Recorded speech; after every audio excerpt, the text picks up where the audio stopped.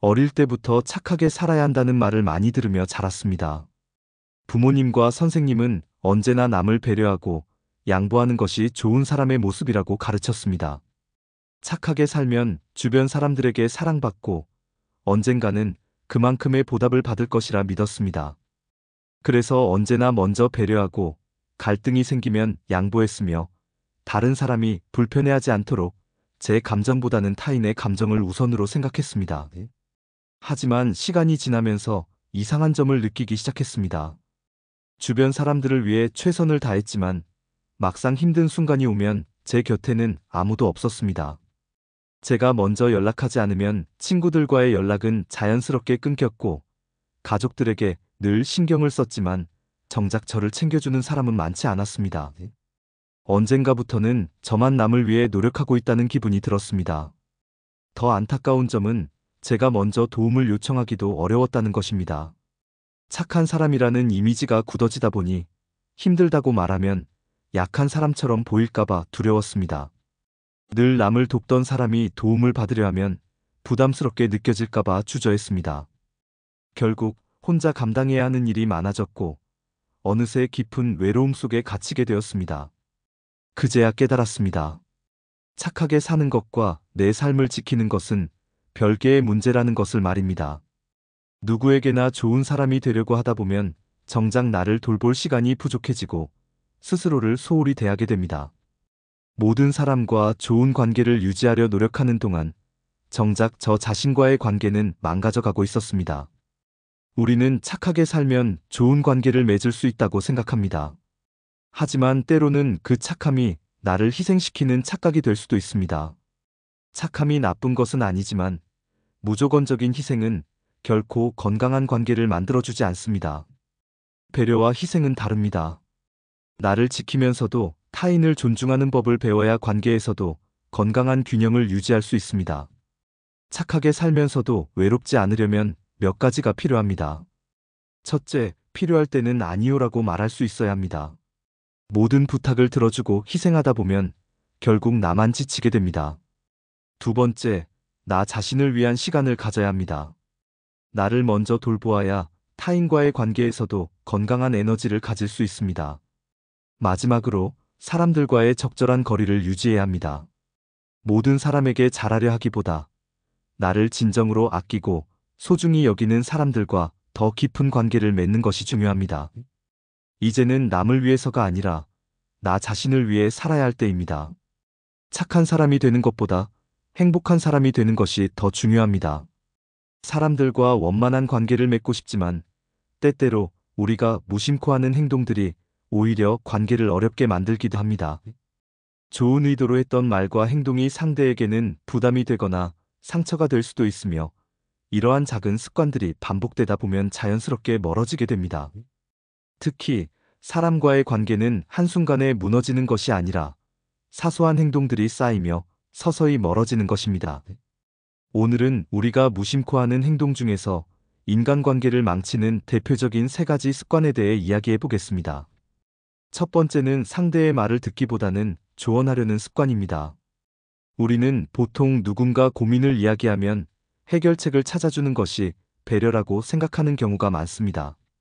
하지만 대부분의 사람들은 문제 해결을 원하기보다 자신의 감정을 공감받고 싶어 합니다. 예를 들어 친구가 요즘 회사에서 너무 힘들어라고 말했을 때 네가 너무 소심해서 그래. 좀 더 당당하게 행동해야 해라고 답하는 경우가 있습니다. 하지만 이런 말은 오히려 상대방을 위축시키고 자신의 감정을 무시당했다고 느끼게 만들 수도 있습니다. 그보다는 그랬구나, 힘들었겠다. 무슨 일이 있었어? 라고 물어보는 것이 훨씬 더 좋은 반응입니다. 관계를 유지하는 가장 좋은 방법은 상대가 충분히 자신의 감정을 표현할 수 있도록 들어주는 것입니다.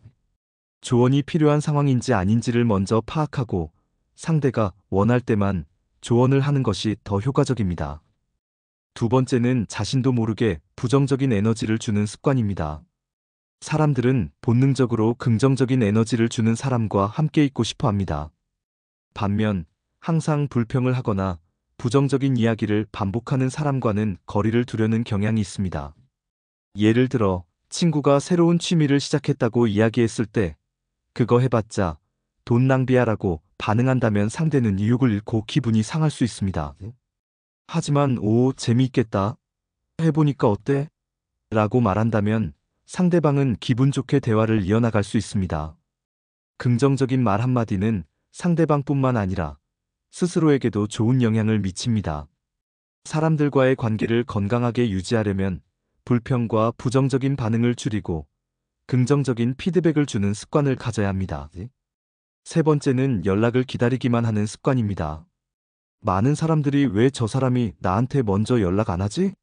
라고 생각하며 상대방의 연락을 기다리곤 합니다.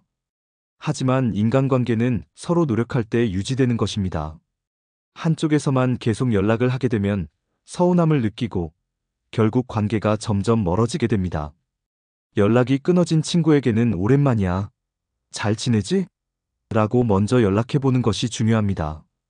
예전에 함께했던 즐거운 기억을 떠올리며 예전에 같이 갔던 그곳 생각나서 연락했어라고 말하는 것도 좋은 방법입니다.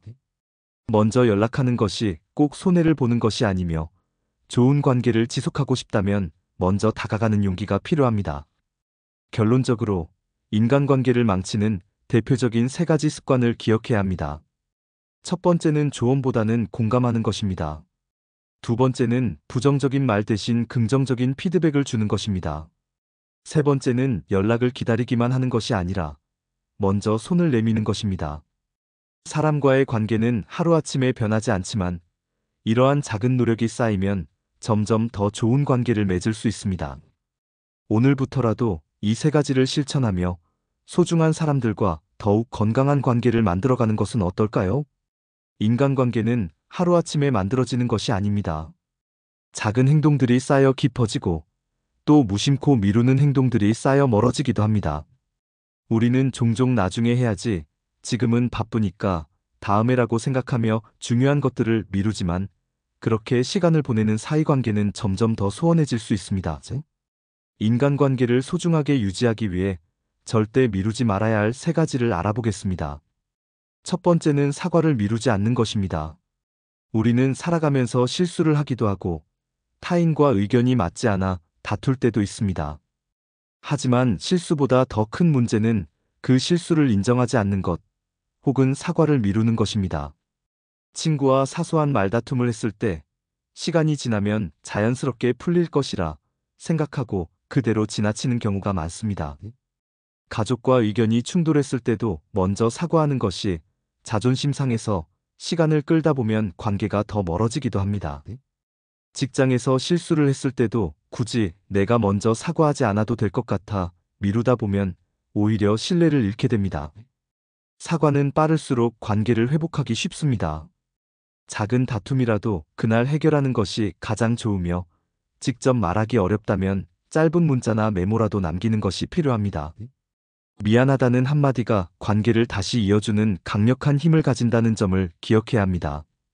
두 번째는 감사 인사를 미루지 않는 것입니다. 우리는 일상 속에서 많은 도움을 받으며 살아갑니다. 부모님이 늘 우리를 챙겨주시고, 친구가 힘든 시기에 곁에 있어주고, 직장 동료가 내 업무를 도와주는 일들이 있습니다. 그러나 이러한 도움에 대한 감사함을 표현하는 것을 자꾸 미루곤 합니다. 부모님께 고맙다는 말을 하려다 나중에 하면 되겠지 하고 미루고, 친구가 도와줬을 때 다음에 만나면 감사하다고 해야지 하면서 지나치고, 직장 동료에게도 바쁘다는 이유로 감사 인사를 하지 않는 경우가 많습니다. 하지만 이런 작은 미움이 쌓이면 상대방은 점점 서운함을 느끼고 관계도 멀어질 수 있습니다. 감사는 거창한 말이 필요하지 않습니다. 고마워요. 덕분에 큰 도움이 됐어요.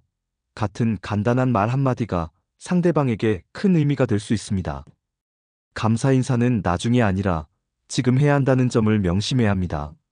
세 번째는 소중한 사람과 만나는 시간을 미루지 않는 것입니다. 우리는 조만간 만나자, 다음에 보자라는 말을 쉽게 합니다. 그러나 그 조만간은 끝내 오지 않을 수도 있습니다. 바쁘다는 이유로 가족 모임이나 친구들과의 만남을 미루다 보면 어느새 몇 달 혹은 몇 년이 지나 있습니다. 시간이 나면 보자고 하면서도 실제로는 만나지 못하는 경우가 많습니다. 그러다 어느 날 갑자기 연락을 하고 싶어도 할 수 없는 상황이 올 수도 있습니다. 기회는 우리가 생각하는 것보다 오래 머물지 않습니다. 만나고 싶은 사람이 있다면 나중에가 아니라 이번 주에 언제 볼까? 라고 먼저 구체적인 약속을 잡는 것이 중요합니다.